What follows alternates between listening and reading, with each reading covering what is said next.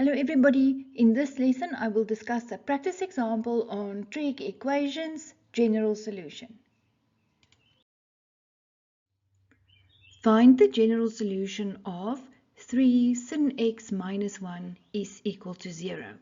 So we will start by taking the minus 1 across and then I will divide away the 3 and I end with sin x is equal to a third.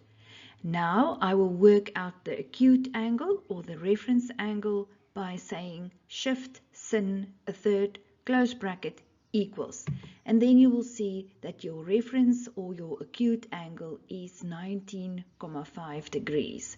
Then you will say in which quadrant are you working, and you find that by looking at the sign in front of the a third, and there's a positive. So you will reason out, I am working in the first and the second quadrant, since that is where sin is positive. Quadrant 1, quadrant 2. Then on the left hand side, the angle was just x is equal to the acute angle 19,5 degrees plus k times 360, k element z. And remember, this is 360 since we are dealing with sin, and sin's period is 360. In the second quadrant, on the left hand side, we write x equals, and then in the second quadrant, the rule is 180 degrees minus the acute or the reference angle plus k times 360, k element z.